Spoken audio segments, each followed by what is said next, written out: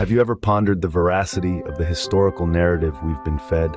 How much of what we know about our past, particularly the British colonial period, is steeped in truth, and how much is a fabrication?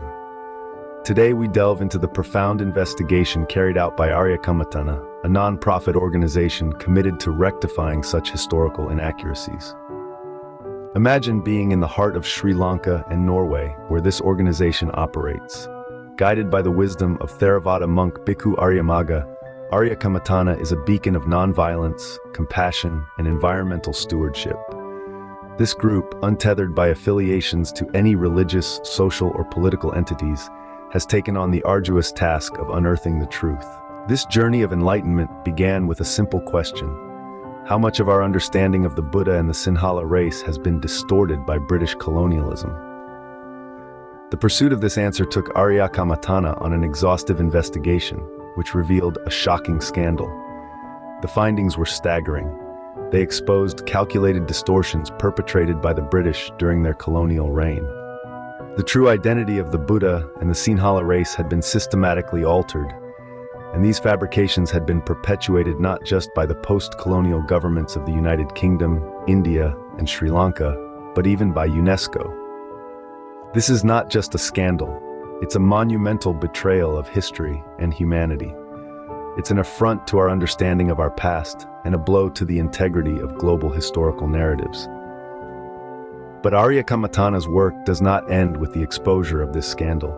Their mission continues as they strive to rectify these historical inaccuracies. Their commitment to restoring historical truth and integrity resonates with global citizens, inviting everyone who values truth to join them in their endeavor. In summary, Ariyakammattana's investigation has unearthed a scandal of colossal proportions. It has exposed the deliberate distortion of the true identity of the Buddha and the Sinhala race by British colonialism, implicating UNESCO and the post-colonial governments of the United Kingdom, India, and Sri Lanka in perpetuating these historical fabrications.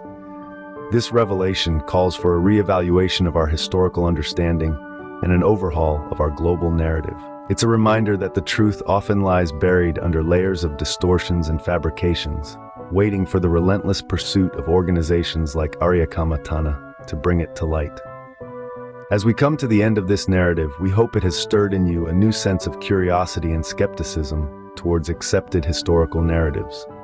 Today, we've scratched the surface of a monumental scandal. Tomorrow, who knows what other truths await discovery. We are happy to be here today, and we had a great press conference that we was unveiling groundbreaking information which is very valuable to the whole world, I think, and indigenous people and people who has been dominated and discriminated by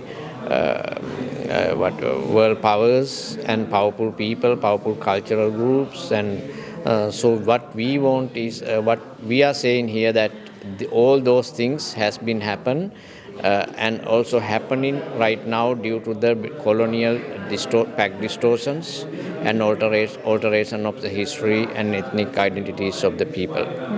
So now all the world there are conflicts now. We can see we are witnessing a lot of conflicts everywhere, in Gaza, Pakistan, Kashmir, India, everywhere.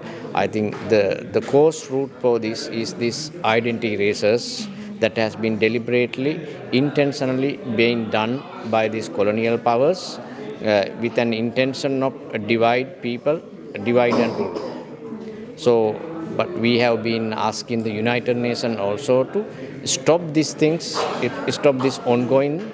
Otherwise, this is very painful for many people, and that could and also there are a lot of political unrest and conflict, religious conflict, which we didn't had before this colonial period. All these Buddhists or Hindus or Jains or everybody has been like indigenous cultures. They have been living peacefully within their cultural identity and ethnic identity without dominating anyone. Okay. Yeah. So what we want is to come to that. What we want to have to build that type of world again, reset the world into an peaceful and respectful spiritual world. Well, I'm honored to be here in Geneva today with the organization that is fighting for justice. As a Norwegian Council, Human Rights Council, I think it's extremely important to put focus on this case. I'm also very impressed with the documentation they have collected in order to prove that this has a valid legal ground. So basically what we're going to do now is that we're going to step back probably tomorrow, have a plenary meeting and conclude upon whether we're going to make this application to the UN committee or not. I do believe that we will. I'm pretty sure that we will make that application, and we have already the documentation presented here today. And the legal ground for the claim, I think, is also very solid. So, in total, I think it will be a good claim. And then it's up for the judges and the members of the committee to review the claim that we put forward and to see if it has legal grounds. And it's also a test to see if these institutions here in Geneva are as effective as we hope. Because a lot of people are critical to the effectiveness of the institutions, that myself included. So I'm very excited to see if they actually are on the people's side. Basically, that's so it's going to be a good test also for the institutions. But I do believe that we have solid legal ground for the claim, and then it's for the committee eventually to respond to UK. And then, of course, the United Kingdom will be able to respond to the claim and also to potentially admit that violations have been done. So, of course, that's what we're hoping for. We need an apology, we need to restore justice, and we need to alter the historical facts. So, basically, that's what we're going to deal with right now. Ariyakammattana සංවිධානය ආරියමග්ග හාමුදුරන් වහන්සේගේ ප්‍රධානත්වයෙන් ලංකාවේ බිහි කරන්නට යෙදුණ ඉතාමත් සුවිශේෂී සංවිධානයක්. මේ සංවිධානය තුළින් සිදු කරනු ලබන්නේ ශ්‍රී ලාංකික ජනතාවගේ අනන්‍යතාවය ලෝක ප්‍රජාවට ඉදිරිපත් කරන්න.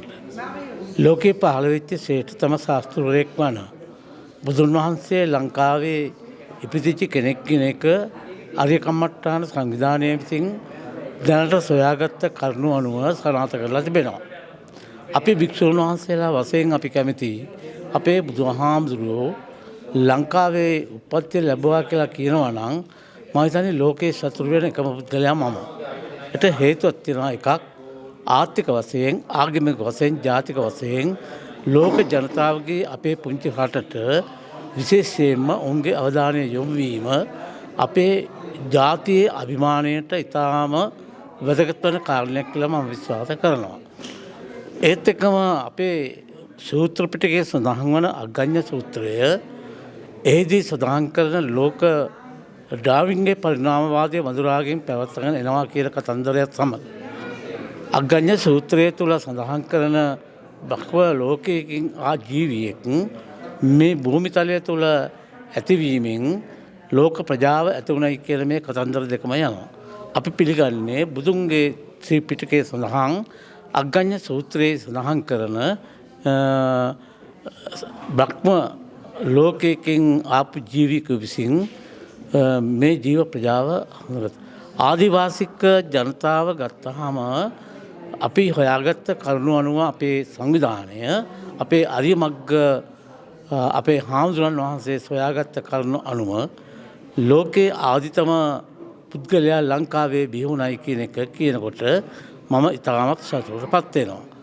ලෝක ප්‍රජාව අද විවිධ ආකාරයෙන් මොන සංස්කෘතියකින් මොන ආගමකින් බිහි කළත් අපි අපේ පුංචි රටෙන් මේ සංස්කෘතිය සහ ආගමික සංකල්ප අනිකුත් ආගම් සමග මුස්ලිම් ඒ වගේම ක්‍රිස්තියානි වැනි මේ ආගමික නායකයන් විසින් දේශනා කරන බයිබලයේ කුරානය වැනි පොත්වල සඳහන් ඒ වචන ටික ගත් විට අපිට ඉතාමත් හොඳින් පැහැදිලි වෙනවා ශ්‍රී ලංකාව ලෝකේ ආදිතම මනුෂ්‍යයා සත්‍යව බිහිවිච්ච භූමිය කියන එක සඳහන් වෙනවා.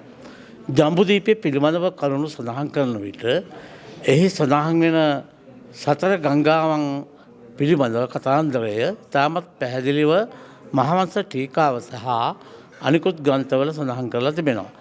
ඒ අනුව අද අපේ මේ සංවිධානයේ අරියමග්ග අපේ හාමුදුරන් වහන්සේ මේ කරුණු සියල්ලම එකතු කරලා පොත්පත්වලින් ආදී මේ කරුණු සියල්ලම අරගෙන ශ්‍රී ලංකාවේ ජනතාවගේ අනන්‍යතාවය සහ ලංකා භූමිතලය ලෝකයේ වැදගත්ම ස්ථානයක් බවට පත් කරන්නට ගෙන යන මේ ව්‍යාපාරය අපි ඉදිරියේදී තවත් අපේ රට තුළ ප්‍රචල කිරීමට අපි බලාපොරොත්තු වෙනවා.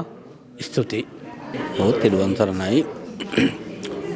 අද විශේෂයෙන් මේ ජිනීවා වලදී පැවතිච්ච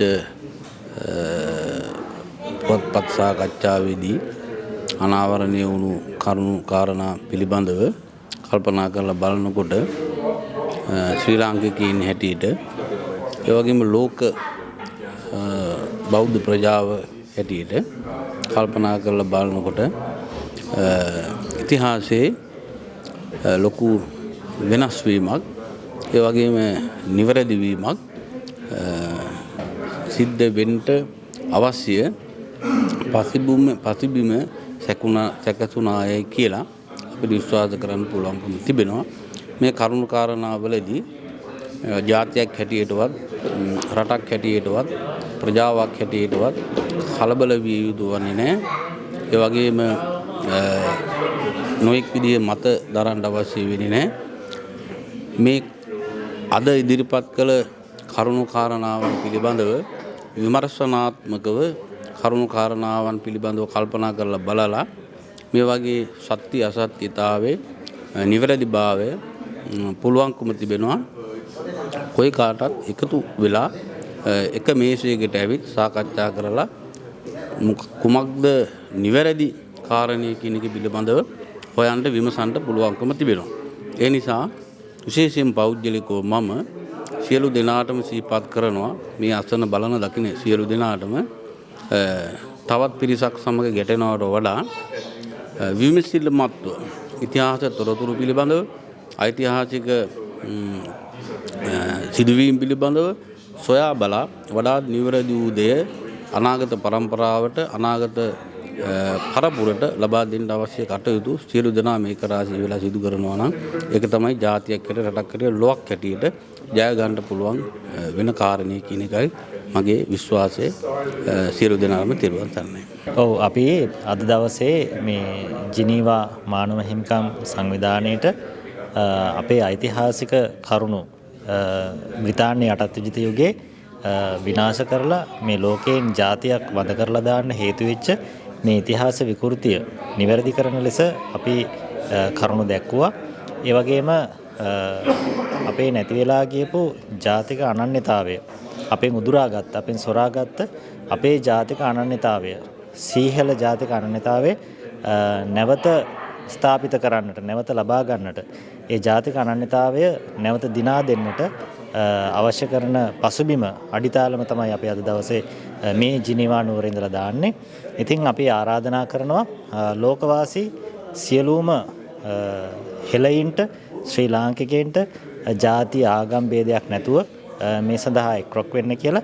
මේකෙන් සිද්ධ වෙන්නේ අපේ පුරාණ දැනුම් පද්ධතිවල තිබුණු අපේ පුරාණ මුතුන් මිත්තන් අපිට කියලා දුන්න ජීවන රටාවට අනුගතව ජීවත් වෙලා සාමකාමී ලෝකයක බෙදීම් නැතුව යහපත්ව ජීවත් වෙන්න පුළුවන් සමාජයක් ඇති කරන්නට තමයි අපි මේ උත්සාහය දරන්නේ.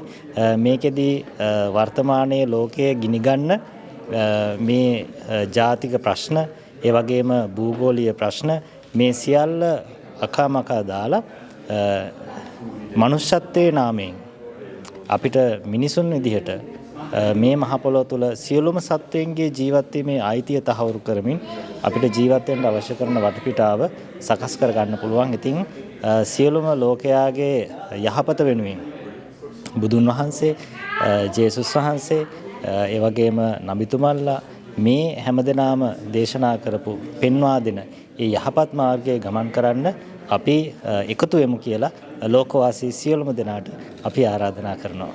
ලෝකවාසී සියලුම දෙනාට උතුම් තෙරුවන් සරණයි සුවපත් වේවා කියලා අදිෂ්ඨාන කරනවා ප්‍රාර්ථනා කරනවා. අපි මේ උදාර කර්තව්‍ය වෙනුවෙන් මේ මාස 23 වන දින ජිනීවා බලා පැමිණෙන්නට අපිට සීල කරුණු කාරණා හේතු කරගත්තා. අපි අද මේ තත්වයට මේ තැනට අපි තල්ලු කරලා දැම්මේ ශ්‍රී ලංකා රජයේ විසින්මයි. මොකද අපි ශ්‍රී ලංකා රජයට අපි ඇත්තටම මීට ප්‍රථමත් අපි බුද්ධ ශාසන අමාත්‍යාංශයට ඒ වගේම බෞද්ධ කටයුතු කොමසාරිස්තුමාට නොයෙකුත් මැති ඇමතිවරුන්ට මන්ත්‍රීවරුන්ට ශ්‍රී ලංකා ජනාධිපතිතුමාට අපි මේ පිළිබඳව දැනුම් දුන්නා. මීට ඉස්සෙල්ලා මහින්ද රාජපක්ෂ මහත්මයා තමයි මේක ශ්‍රී ලංකා ගවර්න්මන්ට් එක පාලනය කළේ. නමුත් අපිට සත්‍ය වූ තොරතුරක් අපිට ලැබුණේ නැහැ. අපිට ඒක හරියටම අර බිහිරියාලීන්ට වීණා ගයනවා වගේ තත්වයකට තමයි පත් උනේ. සත්‍ය කොහොමත් කට්ටියට මේ තිත්තයි අපි කියලා අහලා තියෙනවා truth is a bitter. සත්‍ය තිත්තයි. ඒ නිසා සත්‍ය හෙළිදරව් කර ගැනීම වෙනුවෙන් ජාතියක් වශයෙන් අපි ඒක රාශී වෙලා අපි හඬක් නගන්නට තමයි අද මේ ස්ථානෙට පැමිණිලා මේ මාධ්‍ය වෙනුවෙන් අපි යම් මෙහෙවරක් කරන්නට අපි බලාපොරොත්තු වුණේ. අපි ඉදිරියට බලාගෙන සිටිනවා ශ්‍රී ලාංකිකයන් හැටියට ලංකා රජය අපිට මොන දෙයක් අපිට ඉෂ්ට සිද්ධ කරයිද, සත්‍ය ඉදිරියට ගෙන යන්න පුළුවන් වේද කියලා. ලංකාවෙන් බැරි වුණ නිසා ලංකාවට තවත් අවස්ථාවක් අපි දෙනවා අපිට මේ දේ ඉෂ්ට සිද්ධ කරලා දෙන්න කියලා. ලංකාවෙන් බැරි වුණ නිසා තමයි අපි ජිනීවා මට්ටමටම අපි තල්ලු කරේ. රටවල් 195ක කොඩි ලෙල දෙනවා ජිනීවා වල. නමුත් ඒ කොඩිය ලෙල දෙන්නේ අතර මේකේ තේරුම තමන්ගේ ජාතියයි එතන ලෙල දෙන්නේ. නමුත් අපිට ජාතියක් වශයෙන් ජිනීවා වලින් අපි බලාපොරොත්තු වෙනවා අපේ ජීවිතයේ සත්‍ය වූ තොරතුරු අපිට ඉස්මතු කරගන්නට අපිට ශක්තියක් ධෛර්යයක් ලැබෙවි කියලා. අපි ජිනීවා වලින් එපමණක් විතරක් නෙමෙයි බලාපොරොත්තු වෙන්නේ. අපි එයින් ඔබටත් අපි බලාපොරොත්තු වෙන අපිට මේක ඉෂ්ට සිද්ධ කරලා දෙයි කියලා. අපිට කොඩිය ලෙල දුන්නට වැඩක් නැහැ. සත්‍යයි අපිට ලෙල දෙන්න අවශ්‍යතාවය තියෙන්නේ. ජිනීවා වලින් බලාපොරොත්තු වෙන ලංකා රජයෙන් බලාපොරොත්තු උන දේ අපිට ඉෂ්ට සිද්ධ කරගන්න බැරි වුණා. ඒ නිසායි අපි ජිනීවා වලට ලංකා රජයෙන් අපිව තල්ලු කරලා දැම්ම මෙතෙන්ට. බොහෝ ස්වාමීන් වහන්සේලා මේ වෙන විට අපිට තර්ජනාත්මක ස්වරයෙන් කතා කරන අවස්ථාවල් තිබුණා. මේ වෙන විට මේ කටිය මේ පෙළපාලි යනවා play to play cards against for the truth. ඒ කටිය සත්‍ය වෙනුවෙන් තමයි ඒ කටිය මේ අපි වෙනුවෙන් නෙවෙයි අරගල කරන්නේ. ඒ කටිගේ මේක බිස්නස් එකක් කරගෙන අපිට බිස්නස් කරන්න අවශ්‍යතාවයක් නැහැ. එයාලා කියනවා අපි NGO නඩ කියලා කියනවා. ඇත්තටම ඉතින් බලනවා නම් තමන්ගේ නිවසත් NGO එකක් තමයි. මරණාධාර සමිතියත් NGO එකක් තමයි. නමුත් කවුරුත් අපිට සල්ලි පොම්ප කරන්නේ නැහැ. අපි බොහොම දුක් මහන්සි වෙලා හොයාගෙන ආපු යම් මුදලක් තමයි අපේ සත්‍ය එළිදරව් කර ගැනීම සඳහා අපි කැප කරන්නට අපි සිතාගත්තේ, කැපකලේ ඒ වෙනුවෙන්. ඒ නිසා නියම අපිට සංස්කෘතිය, ඉතිහාසය, සભ્યත්වය අපේකම ගොඩ නගා ගන්නට අපි දෑද්දිගු කරනවා, සාමයේ දෑද්දිගු කරනවා සෑම දිනාටම සිළු ලෝකවාසී දෙනා වෙනුවෙන්ම. අපිට ඒ දේ ඉෂ්ට සිද්ධ කරගන්නට සෑම සිළු දෙනාගේම ශක්තිය ධෛර්යය අපිට ලැබේවි කියලා අපි බලාපොරොත්තු වෙනවා. සියලුම දෙනා පරම නිබ්බාන සුවයෙන් සුවපත් වේවා කියලා අදිෂ්ඨාන කරනවා. තෙරුවන් සරණයි. විශේෂයෙන් අද දින අරියකම්මට්ටාන සංවිධානය විසින් සංවිධානය කරන ලබන මෙම වැඩසටහන සඳහා මටත් සහභාගී වෙන්න ලැබුණා. ඉතින් මම ඇත්තම සතුටු වෙනවා. මෙම අරියකම්මට්ටාන සංවිධානය මම හිතන්නේ අවුරුදු ගානක සිට කරන ලද ලොකු පරිශ්‍රණයකට අනුව, ලොකු ගවේෂණයකට අනුව සොයාගත් ඉතිහාසගත තොරතුරු සාක්ෂි මතව ඉදිරිපත් කරන ආයතනයක්, ඒ සංවිධානයක් හැටියටයි මම දකින්නේ. හේතුව අද දින අපි මේ මාධ්‍ය හමුවේ ප්‍රකාශ කරන්නේ මේ ලංකාවේ ඉතිහාසය සම්බන්ධ, විශේෂයෙන් ලංකාවේ පැරණි ඉතිහාසය දඹදිව කියන්නේ කොහෙද තිබුණේ, කවදාද මේවා වෙනස් කරුවේ, ඒ නිසා බුදුදහමට වුණු බලපෑම, ඒ සම්බන්ධව තමයි අද දින මේ සාකච්ඡා කරුවේ. මේක ඇත්ත වශයෙන්ම ආරම්භ වුණේ මේ 1833ට පෙර මේ ලංකාවේ කිසිම වෙලාවක මේ දඹදිව ලංකාදීප කියලා ප්‍රශ්නයක් තිබුණේ නැහැ. ඉතිහාසගත පොත්පත්වල, සෙල්ලිපිවල, පුස්කොළ පොත්වල මේක පැහැදිලිව ඉතිහාසය ලියවිලා තිබුණා. ඊට පස්සේ මේ කෝල්බුක් කැමරන් කොමිෂන් සභාව ආවට පස්සේ තමයි මේ බුද්ධ ශාසනය, බුදුදහම විකෘති කිරෙන්න ක්‍රම වේදයක් සකස් කරුවේ. ඒ නිසායි මේ ලංකාවේ ස්ථානීය ප්‍රදේශ ඉන්දියාවට ආදේශ කරලා දඹදිව තියෙන ඉන්දියාව කියලා සඳහන් කරලා මේ බුද්ධ ධර්ම වෙනස් කිරීම නිසා මුළු ලංකාවේම මුළු ලෝකෙම බුදු දහම පිළිබඳ වෙනස් වීමක් සිදු වෙලා තියෙනවා. ඒ නිසා මේ අරියකම්මට්ටම් සංවිධානය බලාපොරොත්තු වෙන්නේ මේ නිවැරදිකරන්න. ඒ නිවැරදි කිරීම සඳහා ඉදිරිපත් කරන සාක්ෂි විශාල සංඛ්‍යාවක් සොයාගෙන තියෙනවා. ඒ සියලුම සාක්ෂි තියෙන්නේ අපගේ ත්‍රිපිටකයේ ඒ වගේම මහා වංශයේ දීප වංශයේ රාජාවලි වගේ මුල් පොත්වල තියෙන සාධක අනුව තමයි මේ කරුණ ඔප්පු කරන්න යන්නේ. ඒ වගේම විශාල සංඛ්‍යාවක් තියෙන සෙල්ලිපි කළුගල් වල කොටපු සෙල්ලිපි ඒ සෙල්ලිපි වල ආධාරයෙන් මේ කරුණ තහවුරු කරනවා. ඒ වගේම විදේශීය සංචාරකයෝ අපේ රටට ඇවිල්ලා තියෙන 1200 ඉඳන් කිසි වර්ෂයක් 1200 ඉඳන් මේ රටට ඇවිල්ලා තියෙනවා. ඊටත් එහා හිටපු අයත් තියෙනවා. ඒ සියලු දෙනාම ඒ රටවලට ගිහිල්ලා ඔවුන්ගේ දේශ ගවේෂණ සම්බන්ධ පොත් ලියලා තියෙනවා. දේශ ගවේෂණ වාර්තා ඉබම් බතුතා ඒ වගේම වස්කෝද ගාමා එවැනි විශාල 55ක් විතර මමත් ඒ ගැන හොයලා බැලුවා. ඒ අයගේ පොත්වල තියෙන සඳහන් කරන්නේ මේ ශ්‍රී ලංකාව ගැන. පාරාදීසයක් ගැන. ආදිතම හෙළයා ජීවත් වුණේ මේ ශ්‍රී ලංකාවේ කියලා.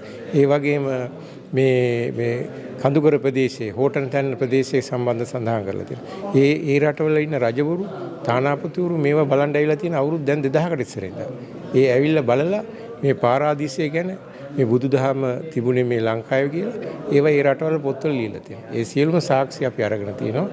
ඒවා තුලින් අපි ඉදිරියට කරලා මෙම ඓතිහාසික වැරද්ද නිවැරදි කරලා සියලු දෙනාටම බුදුදහම ගැන නිවැරදිව අධ්‍යයනය කරන්න, ඒ වගේම බුදු ධර්මයට අනුව ජීවත් වෙන්න, අවසානයේදී නිවන් මාර්ගය ලබා ගන්න පුළුවන් සියලු ස්ථාන මේ ලංකාවේ බව ඔප්පු කළාට පස්සේ ඒ ධර්මානුකූල ජීවිතය ගත කරන්න සියලු පහසුකම් ලබා දෙන්න, සියලු දැනුම ලබා දෙන්න තමයි මේ සංවිධානයේ කටයුතු කරන්නේ. ඒ නිසා ස්තුතියි. අපේ මේ ඉතිහාසය නිවැරදි කිරීමේ අද ප්‍රධාන දෙයක් තමයි අද මේ ස්විස් ජිනීවා ප්‍රෙස් ක්ලබ් එකේ අද අපි මේ කරපු ප්‍රවෘත්ති සාකච්ඡාව. එහිදී අපේ මේ ලෝක ප්‍රකට නීතිඥතුමා එයාගේ කතාවෙන් කිව්වෙත් අපිට මේක නිවැරදි කරන්න පුළුවන්. මොකද අපි ගාව තියෙන මේ සාක්ෂි සාධක සහ මේ අපි අවුරුදු 30ක් පමණ කරපු රිසර්ච් එකෙන් සොයාගත් කරුණු මේ දේවල් නිවැරදි කිරීමට අපිට ඉතාමත් අද හොඳ අවස්ථාවක් අපිට මේක ලැබුණා. මේ යුනයිටඩ් නේෂන් එක ඉදිරිපත් කරලා මේ යුනයිටඩ් නේෂන් එකේ විශේෂ කමිටුවකින් මේකට නිවැරදි කිරීමට අපිට මාර්ගය පාදා ගන්න. ඉතින් අපි සියලු දෙනාටම ආරාධනා කරනවා අපිත් එක්ක එකතු වෙන්න මේ සත්‍ය ක්‍රියාවට සහ මේ අපේ නැතිවිච්ච ඉතිහාසය නැවත ලබා ගන්න මේ මං සියලු දෙනාටම ආරාධනා කරනවා අපිත් එක්ක එකතු වෙන්න. බොහොම ස්තුතියි.